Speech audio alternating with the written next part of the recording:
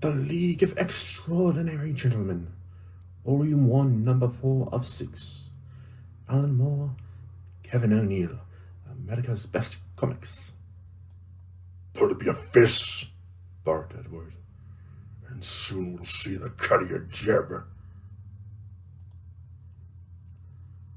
The Sunday at Home, priced 60.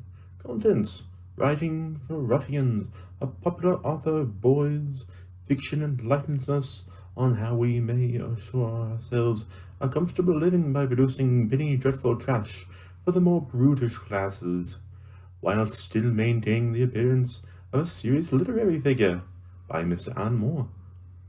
7 years before the easel, my endless years of labor had reduced me to a bent, enfeebled wretch, and still it was but issue 4.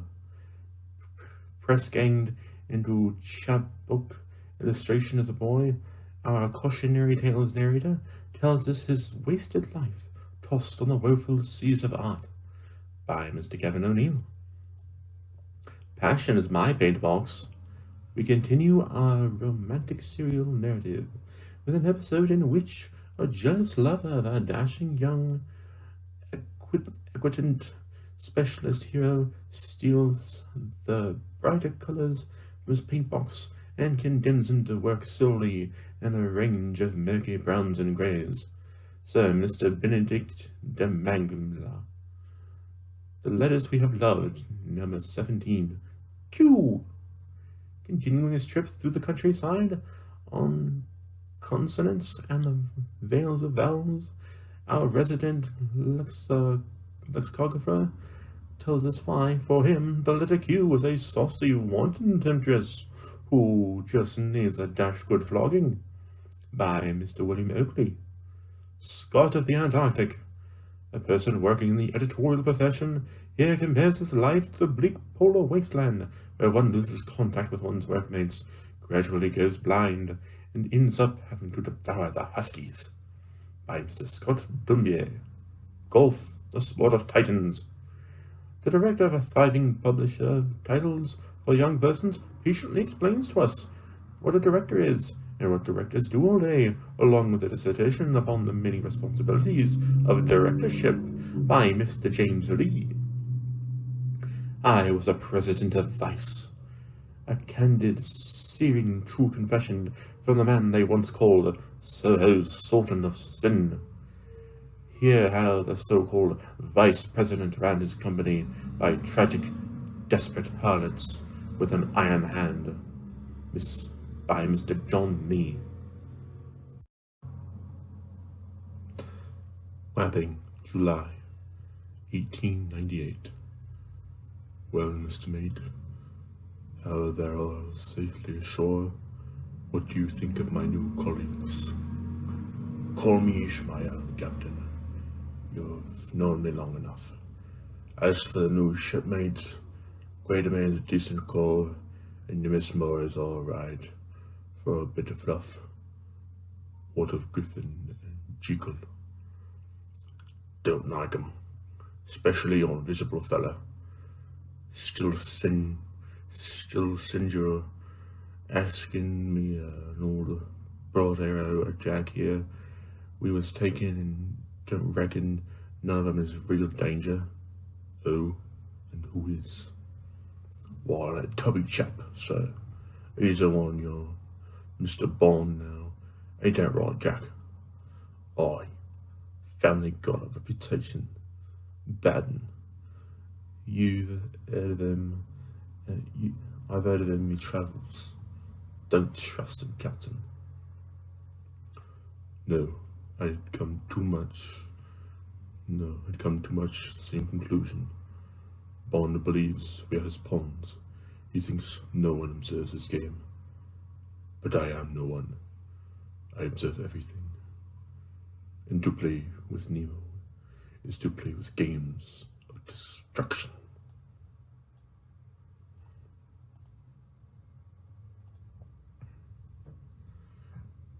We are above an abyss such as seems ill, Miss Mary.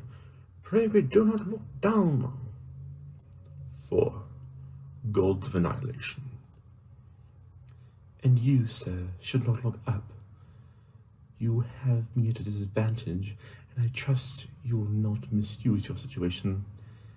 Having penetrated Rotha his abandoned tunnel, we must now endeavor to locate the stolen Caverite. And it has to be below, used as an engine for the flying warship that the Devil Doctor is constructing. Let's hope we can climb down the scaffolding before one of the Doctor's laborers spot us. Of course. It can't be that much farther now. You realize, of course, our Chinese adversary must intend to steer his dragon vessel straight out through the poorhouse he's constructed at the tunnel mouth. Unbelievable! Indeed, and yet I fear that is the fiend's intentions. Any doubts I had about Bond asking what said we find the Caverite have vanished. Keep your voice down. There's construction going on behind these crates.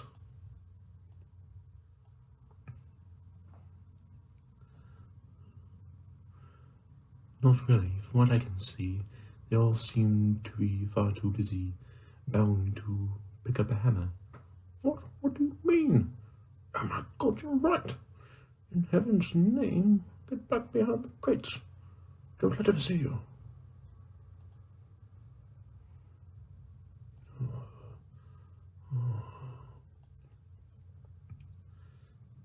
It is him.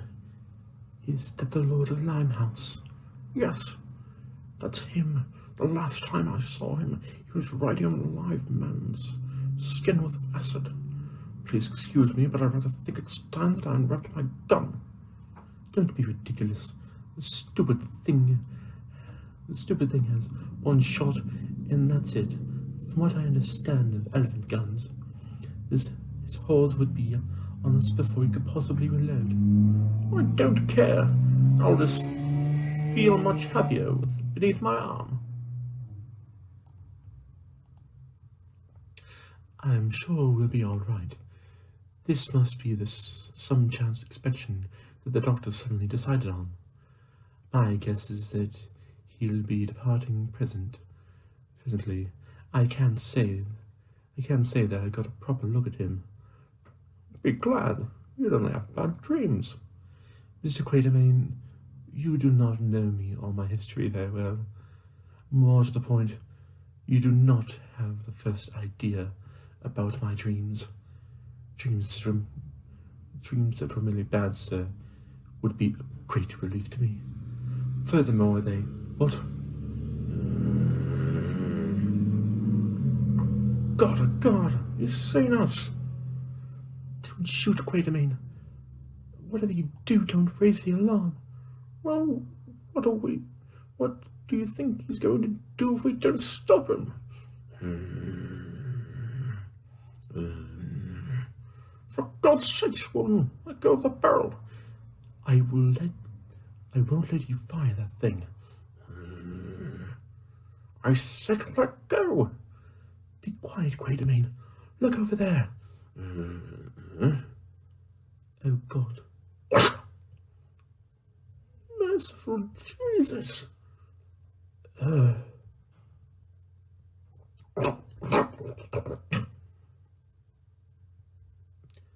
There. And how are you both? Griffin, you're there. Of course, I was here before you. Watched you wobble away down the scaffolding. There's another stairway at the rear. You know that's what I used. Griffin, you've just cut this poor beggar's throat from behind. Would it have been more sporting from the front? Besides, it made less mess than the gun would have. Actually, he's right. What do you mean? I mean, your gun would have left this poor devil's clothing intact. Help me get it off him. You can wear it to retrieve the Caverite. My, how admirably callous. Shut up, Griffin. You disgust me. You may as well leave this to me and Quatermain. Go and fetch Jekyll. He can provide us with a diversion to help get us and the Cavorite out of here.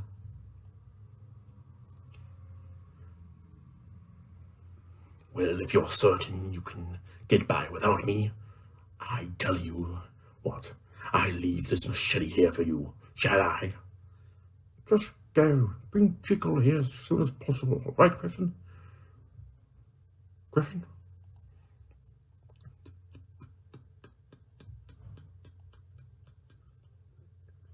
Jekyll. Ah! Oh, for God's sakes, Jekyll, don't be such a woman. It's me, Quatermain and Mary need you to create a diversion. Griffin, thank God. But I mean, my diversion is just that I'm not sure I can, not just like that. We'll manage between us. Come on. But my condition depends upon my emotions. What if I can't get in the mood? Jekyll, be quiet. Just do your bit. I demand to see your manager. What do you want? No manager here. But I really must insist that I... Jekyll, in the name of Christ, just hit him. Stop badgering me. I'll do this my own way. Mister, you bad in the head. You get out now, please. I call help. There, you bloody weakling. Now you've messed everything up. Will you stop heckling me? I can't think. No, leave me alone. Take your hands off me. Do you hear? I said, leave me alone.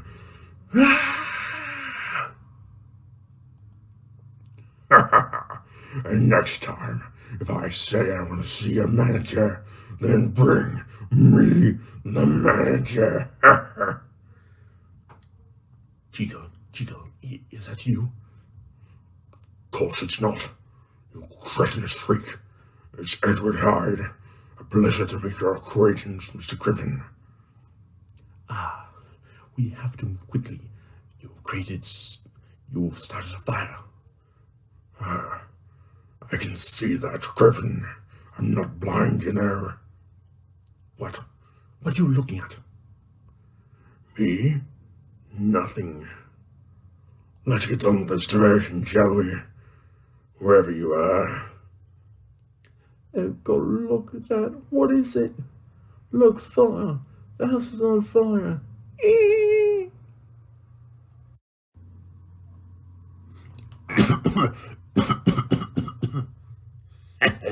Good work, Hyde. You really are quite an entertaining fellow once a chap gets to know you. The tunnel mouth is over that way. Oh, and which way is that? You keep forgetting, Griffin. I can't see you. Yes, of course. I do apologize. It's right ahead of you, past the rubble. What a hole. It stinks of Chinamen in the river. Really, I can't smell anything. The door's over there. We'll have to be quick if we're to rescue Mary and Quatermain. Mary and Quatermain, huh? Yes, I remember them from Paris. They shot me, poisoned me, and abducted me. I don't think there's any great areas there. Some sort of commotion seems to be drawing them away from their workplace. This is your opportunity to find the Cavorite. They'll spot me in an instant. I look like a damned pantomime character. I wish I still had my chainmail shirt. Mr. Quatermain, you are far too scarred and hideous to quibble about fashion. We'll find the Cavorite, then get out of here. Simply do your job.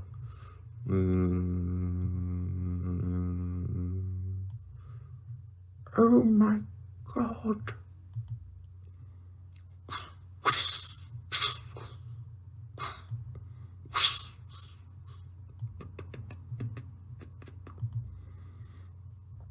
I got it. Those workers' attention seems to be elsewhere. Perhaps Jekyll and Griffin's diversion is working. What a queer thing. Is it heavy? No, it's quite the opposite. Makes me feel strange just looking at it. Let's get outside. I'll carry your gun. But the very idea of powered flight. I know men like Rober and Captain Morse have said to us the secret, but... Sir, please hurry. But it's incredible. This treated glass seems to render it inert. I imagine this bottom plate slides out, directing the energy towards... Oh, for God's sakes! Why are men so obsessed with mechanics? And with it further nothing but destruction. Miss Mary, behind you, it's... Yes, all right. I'm not incapable, you know. Evidently. Oh, dash it. Now they've all seen us. This way, quickly.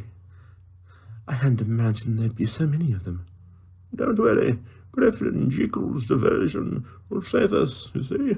It's just a little further, and our paths shall be strewn with roses. Roses?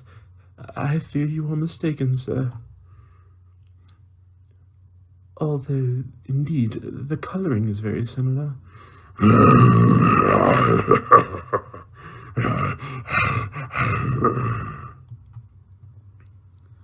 Oh no, Hyde's gone balmy in our ways, blocked from either end.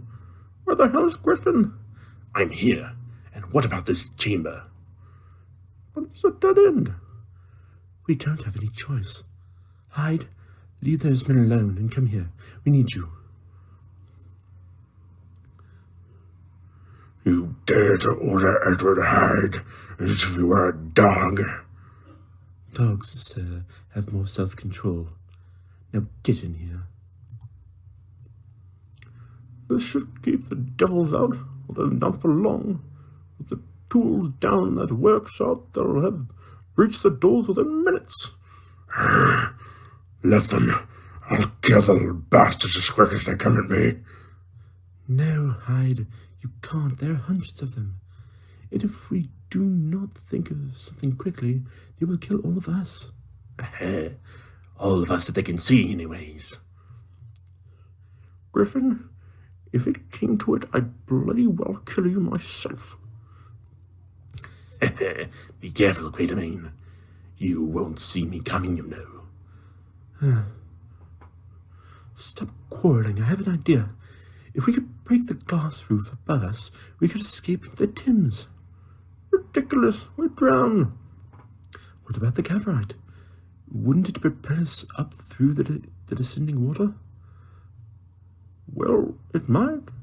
Better than being massacred, I suppose. It's a stupid idea. That glass must be so thick that even I couldn't break it. But Quatermain's elephant gun. The door's giving away. We have to act quickly. We'll hang on to Hyde. I'll fire the gun. Miss Murray, you open the Cavorite case. Not so tight around my neck, Griffin. All right. On the count of 3, I'll fire, and Miss Murray will quickly open the case. 1, 2...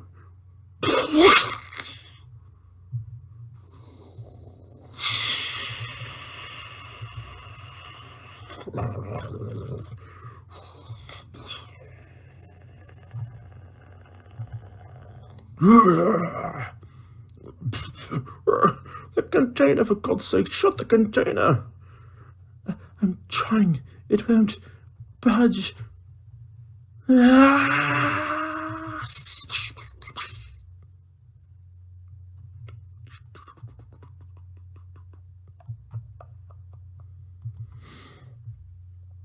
Marvelous, simply marvelous. You've done splendidly, Professor Cavo. Professor Cavo will be delighted, as of course will be my superior, him. And our payment? It will be deposited in your special bank account as promised. We'll be in touch if you'll need it until then. Miss Murray, gentlemen. Suspicious little hog's pizzle. For once, Miss Murray, I agree with you. What about you, Griffin? You've kept uncharacteristically quiet. Griffin, what's... What in heaven? But where is he? Where's Mr. Griffin? What was that? Did you hear something? Oh, no. No, sir, I can't say I did, sir. Huh.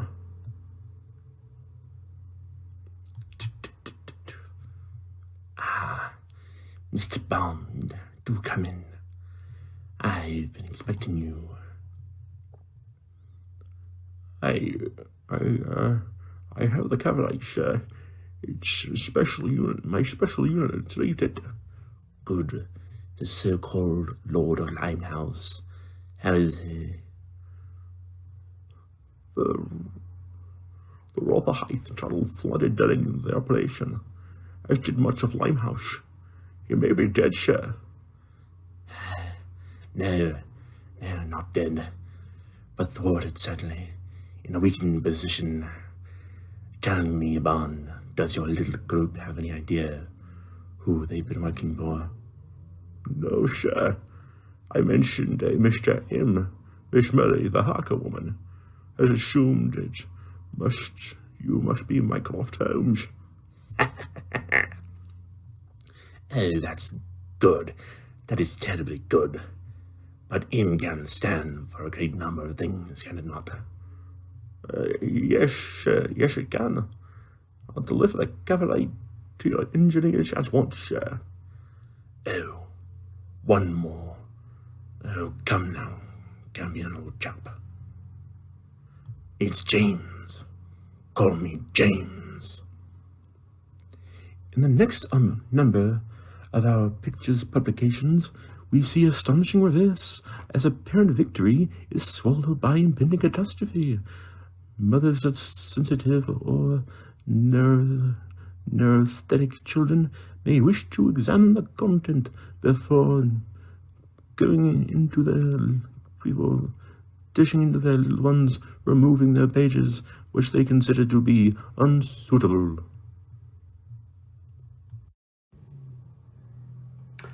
Alan and the Sundered Veil, authored by Mr. Alan Moore, with accompanying illustrations by Mr. Kevin O'Neill. Chapter 4, The Abyss of the Lights. Quatermain knew that in reality his mortal body was elsewhere, back in the solid world, and no doubt comatose upon the floor of Lady Ragnoli's ruined, flame-lit library, victim to an overdose of the time-twisting drug Taduki. The form he presently inhabited, though modelled to recall in every way the old explorer's fleshy shell down to the clothing that was draped about him, Alan knew to be some kind of astral construct shaped from the dream stuff, and presumably with no more substance than that of a moment's fancy. Even so, a dreadful apprehension deep within the marrow of his being told him that wherever he might be, whatever numerous state he may have ascended to, there were yet things here that might injure him, indeed, might even kill him. One such creature, an albino and Neanderthal monstrosity that Quatermain's newfound companion, the time traveler referred to as a Morlock, lunged now at the scared adventurer with jaws agape, revealing what seemed to be nothing but protracted canines, dripping with a ragged lace of milky and opaque saliva. Everything had happened so quickly. Exiled from normal consciousness by the Taduki, Quatermain had found himself within an eerie, metamorphic landscape where he had encountered two more displaced souls, the timorous New England dreamer Randolph Carter and the dour Confederate officer who it transpired, was Carter's long-presumed dead Uncle John. Attacked by horrors native to those shifting twilight latitudes, they were reprieved by an arrival of the man who styled himself the Time Traveler, astride the brazen vessel upon which he braved the torrent of the aeons, first conveying them along the time stream to his base of operations in the huge plinth of an enigmatic carven sphinx. The time traveler had warned them of a dreadful flaw in space and time itself, a gaping hole torn in the very fabric of existence, through which unimaginable horrors from beyond threatened to burst through into gross material existence. Scarcely had the traveler completed his account before the sanctuary was entirely overrun by brutish servants of the transdimensional monstrosities, shambling and pallid ape things the time traveler had called Migo, or Morlocks. One of these had leapt aboard the brass frame vessel of the chrononaut just as it began to ferry the four men to safety, and now clawed frantically at Quatermain as it hung roaring from the time ship's rail, with murder in its blind and cataract eyes. The creature's next blow raked Quatermain's shoulder, and the sudden stinging wetness told him that his apprehensions were well founded. He was bleeding, that the blood presumably was not that of the body, but far more precious spiritual fluid that flowed through the human soul. There were then, after all, things here with the capacity to harm him. Worse, it seemed they might harm him upon levels and in ways that he had not imagined. Could one's spirit bleed to death? A true and final death, beyond all hope of resurrection? He had no time to dwell upon these metaphysical complexities before the screeching ape thing launched itself at him once more. The time ship lurched, imbalanced by the Morlock's weight, and clinging to the craft's far sides, both the Confederate captain and his frightened nephew yelled with anger and alarm, respectively.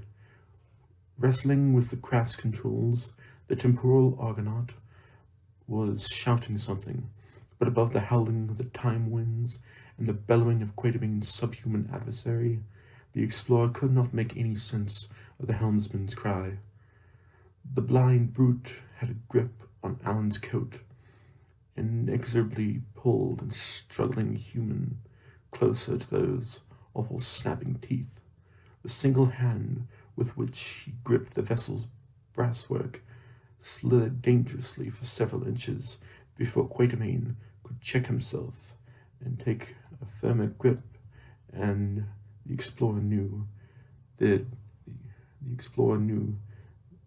if he did not manage to reverse the situation quickly, he would be flung from the ship into the bottomless and surging chaos through which the craft hurtled. Remembering the huge mechanic's wrench that he gripped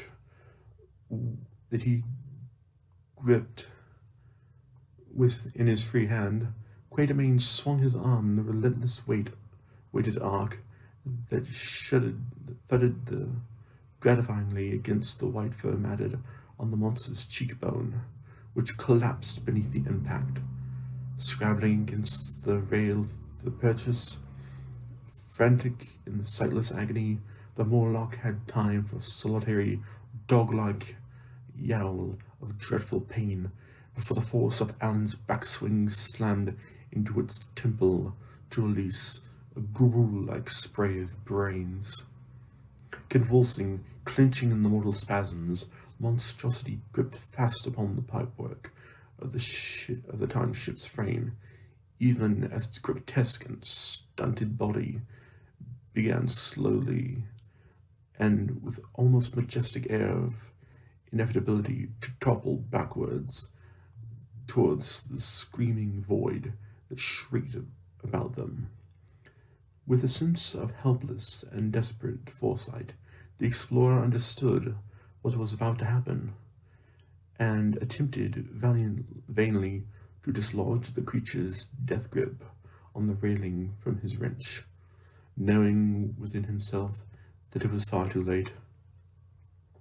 The thin brass pipe ruptured beneath the creature's morbid weight, finally bursting at a calded joint in an ear-splitting screech and a great gout of what appeared to Quatermain to be the prismatic stream, scintillating almost sequin to the naked eye. Crouched over his controls, the traveler looked round to view the damage of the vessel. Color drained from his face in fright as he set eyes upon the hissing rend within his time car's frame, its thick gray fingers finally torn from the damaged pipe to the vast suction of the vessel's slipstream. The dead Morlock was ripped from the incredible ferocity into the vehicle's wake. Amongst the rattling plumes, a shivering steam or plasma steaming from the leak the lifeless beast had made. To Alan's horror, as he watched the bleached corpse fall away from him, he saw that it was undergoing what could only be described as repellent and unnatural blossoming. What seemed 1,000 heads, 4,000 limbs, and countless fingers sprouted in a solid and organic after-trail behind the tumbling subman, so that it became an elongated, almost centipedal shape, twisting grotesquely in upon itself as it retreated to a livid speck in the seething and awful maelstrom of the centuries exploding at their back. It was almost as if every moment, every slice of the Morlock's trajectory were carved in the shape behind it as it spiraled away through the fourth dimension's awesome and eternal now. That the constant and unending hyper moment in which all creation and the terrible and fathomless abyss of history were contained. It was with difficulty that Quatermain wrestled his attention from the spectacle of the receding Morlock, but there were more urgent matters to attend to. Their time craft seemed to be losing altitude, as if it could be said to be such a thing as altitude in the bewildering domain. The queer and spectromatic steam now twisting upward from the mangled fitting, and the horrid tingling of the soles of Alan's feet told him that they were falling slowly, it would seem, as through some thick and viscous medium, but falling nonetheless.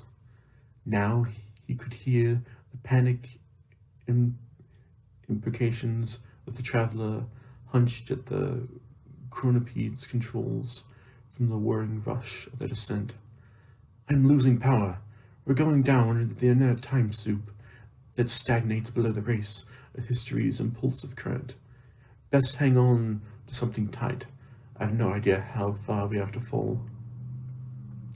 His forehead bright with nervous perspiration, the young student Randolph Carter from Rhode Island spoke up here, voice high and quivering. "Isn't this time itself we're dropping through? How do you know we won't fall forever?" The traveler's grim silence in response to this was all the answer any of the men required. They did as they were bidden and clung fast against the time ship's broken ribs as it continued its unhurried, irreversible descent into the dark and nebulic swirl of raw and random time below. Though it was scarcely possible within such straits to take the measurement of passing moments, it did not seem long before the gruff voice of the elder Carter roused the others from their bleak, despairing torpor as they gazed into the depthless, hopeless waste about them. "I see something down below us. These are time backwaters, like our traveling friend informs us, then I reckon that I'm looking at must be some kind of swamp gas. Narrowing his slate-black eyes, Quatermain peered into the yawning chasm under them. Something approached, although he could not tell if this phenomena were rising up towards them through the chronic murk, or if they, in their turn, were sinking towards it. He's right. I can see the colored lights, like Chinese lanterns, getting closer to us. What in God's name are they, man? This last remark of Alan's was directed at the temporal voyager himself, who frowned and slowly shook his head as the strange luminosities tracked even nearer. I don't know. This is a phenomenon that I've not previously encountered. Why, the shape looks almost geometric. Watch out. Here's one coming at us now. The four men held their breath and watched in stupefied amazement as one of the glowing forms ascended slowly past them on their vessel's starboard side. It was, as the time traveler had noted, a perfectly realized geometric solid, possibly a dodecahedron that was easily some 50 times as big as their craft itself. It was illuminated softly from within by a pale yellow radiance that washed across the faces of the quartet in a xanthic and unearthly glaze as they hung, hushed and gaping, from the time ship's pipes and bars. The traveler whistled softly underneath his breath. A chronocrystal, a fourth-dimensional mathematical growth within the fifth-dimensional fluid underlying all existence. I'd always theorized that such things should be possible, but to have my hypothesis proved so spectacularly right.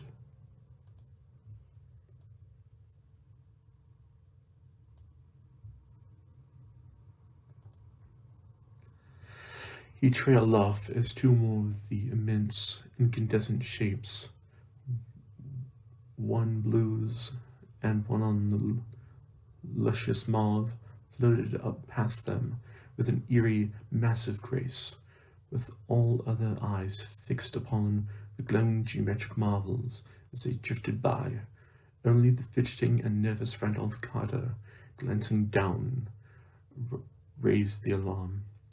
Dear God, one of those things is coming right underneath us. The timid scholar's fears were validated, catastrophically almost as soon as they were voiced, with a bone-jarring crash and a great splintered squeal of brass on glass.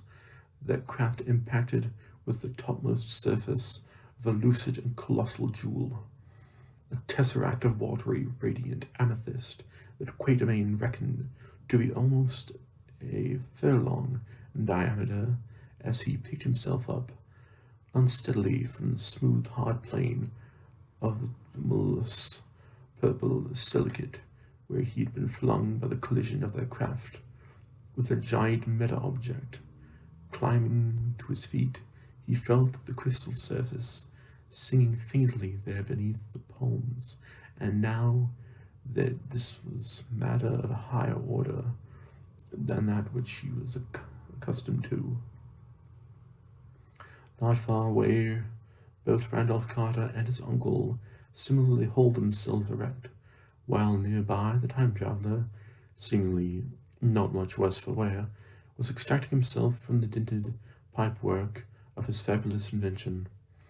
Alan noticed a thin trail of blood crawl slowly from the time traveler's hairline, where it seemed his head had been brought into contact with the ship's controls. But the explorer did not think the injury looked serious. Indeed, the temporal astronaut danced back and forth with great enthusiasm on the surface of the Brobdingnagian gem, where they were bleached, peering into the depths excitedly. Look, it's responding to our presence. I see pictures moving in the inner faucets down beneath our feet. The traveler's voice rang with the pure thrill of discovery as Quatermain and the other two men looked down into the scrying glass on which they stood. They realized that the time Voyager was correct. Deep down within the crystal, images were shifting and transforming into a slow kaleidoscope. Alan's attention was seized by one vignette in particular. A wasted, almost skeletal old man sprawled on a pallet of what seemed to be a beige rug in an opium den, a thin pipe clasped there in his nerveless fingers. Crouching by the man, a striking woman in a long red scarf seemed to be speaking urgently to the near cadaver. There was a sudden start of purest horror as Quatermain realized that the drugged and wretched creature slumped there in the bug-haunted squalor was himself. And Aleph, the time traveler sighed almost enthusiastically. Behold, my friends, time's very fulcrum, gaze if you dare, into the diamond eyepiece of infinity. To be continued. It is necessary that the British public be assured that they are in safe hands. It is not essential that they know whose. M. Military Intelligence, Group 5, Memo. Circulated June 2nd, 1898.